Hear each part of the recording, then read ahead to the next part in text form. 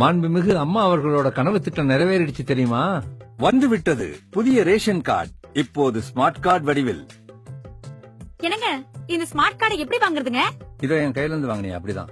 விளையாடாம விஷயத்த சொல்லுங்க. இந்த ஸ்மார்ட் கார்டை வாங்குறதுக்கு நம்ம ஆதார் எண்ணும் நம்மளோட மொபைல் எண்ணும் அவசியம்.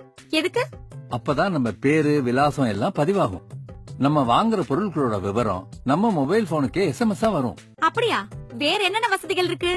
ரேஷன் ஆபீஸ்க்கு போகாமலே நம்ம ரேஷன் கார்டுல திருத்தங்கள் செஞ்சுக்கலாம். திருத்தங்கள் செஞ்சுக்கலாமா? அத முதல்ல என்னன்னு சொல்லுங்க.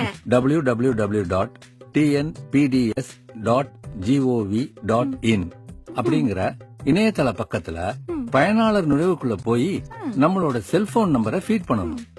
உடனே நம்ம செல்போன் நம்பருக்கு 7 எண்கள் கொண்ட OTP வரும். அதாவது ஒன் டைம் பாஸ்வேர்ட். அத நம்ம என்டர் பண்ணோம்னா நம்ம கம்ப்யூட்டர்லயே நம்ம ரேஷன் கார்டு ஓபன் ஆயிடும்.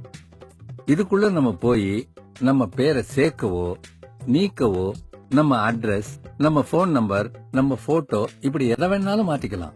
இது எல்லாத்தையும் வீட்ல உட்கார்ந்தே பண்ணலாம். 5 வயதுக்குட்பட்ட குழந்தைகளை சேர்க்கணும்னா அவங்களுடைய பிறப்பு சான்றிதழே போதுமானது.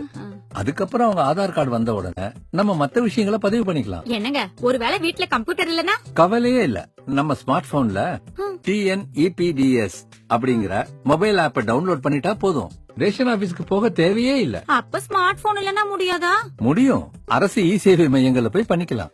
அது மட்டும் இல்ல, நம்ம மொபைல் போன்ல PDS ஸ்பேஸ் 101 டைப் பண்ணி 9980904040 நம்பருக்கு SMS அனுப்பிச்சா இன்னைக்கு ரேஷன் கடையில என்னென்ன பொருள்கள் இருக்குங்கிற லிஸ்ட் நம்ம போனுக்கே SMS வந்துரும். இது கூட நல்லா இருக்கே.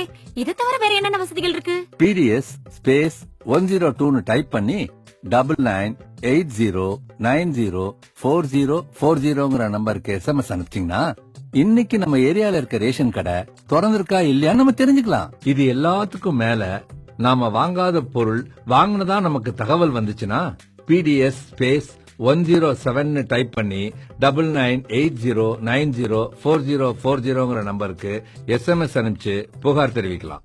அது மட்டும் இல்லாம 1967 அப்படிங்கிற கட்டணமில்லா தொலைபேசி எண்ணுக்கும் நாம போன் செஞ்சு நம்ம புகாரை தெரிவிக்கலாம். மாண்புமிகு அம்மா அவர்களோட கனவு திட்டம் இது மாதிரியே ஒவ்வொன்னா நிறைவேறிடும். மக்கள் நலன் கருதி வழங்குவோர் உணவுப் பொருள் வழங்கல் மற்றும் நுகர்வோர் பாதுகாப்புத்துறை.